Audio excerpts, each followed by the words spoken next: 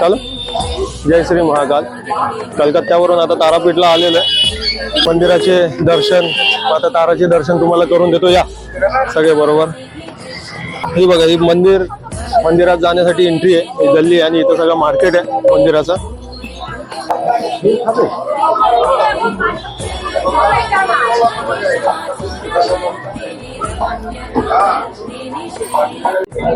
हा बघा, हा मंदिर परिसर आहे. ही मंदिराची एंट्री आहे. 2 गेट आहेत. हा 1 नंबर गेट आणि त्या बाजूला 2 नंबर गेट. पण एंट्री ह्या गेटनेच होते. ही बघा, ही तारापीठ मंदिराची एंट्री आहे. आता आपण मंदिरात चाललोय.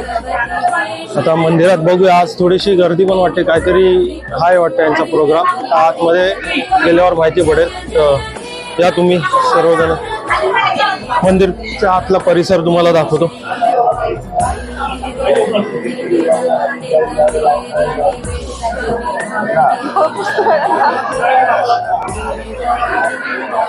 हा बघा, हा मंदिर परिसर आहे.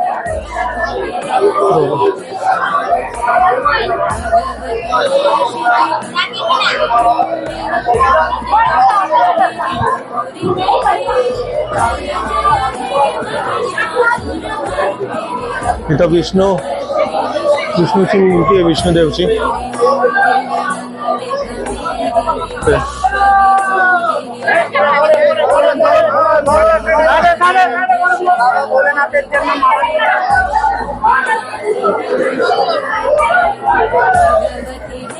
इथं चंद्रचूड भैरव यांचं एक स्थान आहे, जे मंदिराचे रक्षक म्हणून मानले जातात. त्यापुढे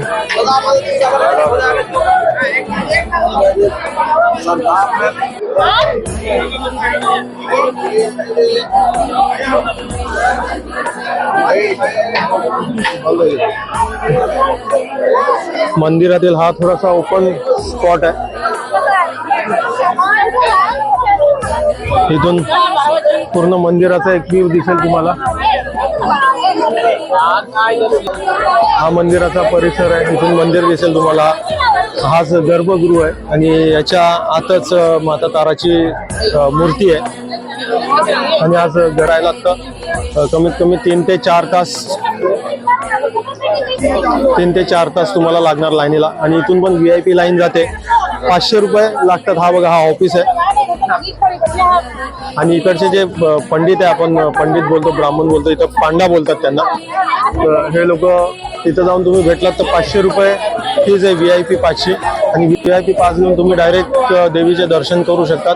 तर VIP पास घेऊन पण तुम्हाला 1 तास लागेल दर्शनासाठी. आजच्या गर्भगृहाच्या समोर असणारा एक हॉल आहे. इथं ध्यान लावतात किंवा इतरही पूजा केल्या जातात. हे बघा, इथून मंदिराची ही जी लाईन आहे, ही लाईन आहे दर्शनासाठी. ही जनरल लाईन आहे. VIP ची लाईन दुसरीकडून आहे. ते इतर समोरच गर्भगृहाच्या समोर छान अशी एक माता ताराची मूर्ती आहे.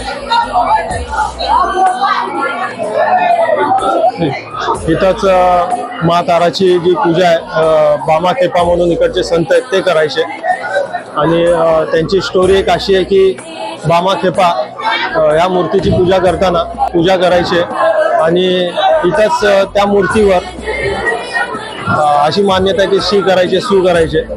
आणि मग इकडचे जे ब्राह्मण समाज होते, लोक होते, यांनी इकडच्या राणीला त्यांची कंप्लेंट केली. आणि बामा खेपा संत जे त्यांना मारलं आणि तिथून हकलून दिल्यानंतर आणि ते बामा खेपा काय करायचे, माताला जो पण भोग पण चढवायचे ते स्वतः खायचे आणि नंतर मग चढवायचे. तर त्यात या लोकांनी राणीला, इकडची जी राणी होती तिला कंप्लेंट केली आणि त्यांना इथून मारलं खूप आणि हकलण्यात आलं. आणि त्यानंतर काय झालं की ते 1 हप्ता दुसरा ब्राह्मण या मंदिरात अपॉइंट केला गेला. आणि मग मा ताराच त्या राणीच्या स्वप्नात आली आणि सांगितलं की ते जे संत आहेत बामा खेपा, त्यांना परत आणा, मी हप्ताभर काही खाल्लेलं नाहीये. राणीने विचारलं की का तिथं शिसू करायचे तुमच्याच प्रतिमेवर. तर राणी बोलली की तो माझा मुलगा आणि लहान बाळ आपल्या आईच्या पदरात सू करतो, त्यांनी तिला काही फरक नाही पडत, उलटा चांगलंच वाटतं. तर हे सगळं झाल्यानंतर त्या राणीने परत बामा खेपांना शोधून आणलं आणि मंदिरामध्ये पूजेचा त्यांना अधिकार देण्यात आला. हा बघा, हा ध्यान मेडिटेशन केंद्र, अशी बामा खेपांची स्टोरी. आता पुढे पण अजून एक हॉल आहे, तिथं पुढे बली दिली जाते मातासाठी, मा तारासाठी. आता तो पण तुम्हाला दाखवतो की बसा बस बस. पूजेसाठी ही पण जागा आहे मा ताराच्या गर्भगृहाच्या अगदी समोर आहे. पूजेसाठी नियुक्त जागा आहे, तिथं पूजा केल्या जातात, पूजापाठ केला जातो. आता ही बलीची जागा तुम्हाला दाखवतो. हे गर्भगृहासमोरच एकदम जागा आहे आणि इथं बली दिली जाते. मोस्टली बकऱ्यांची इथं बली दिली जाते. आपली जी पण इच्छा आहे, मनोकामना आहे, ती पूर्ण करण्यासाठी बली देतात, किंवा ज्यांची इच्छा पूर्ण झालेली आहे ते पण लोक येऊन इथं बकऱ्याची बली दिली जाते. तर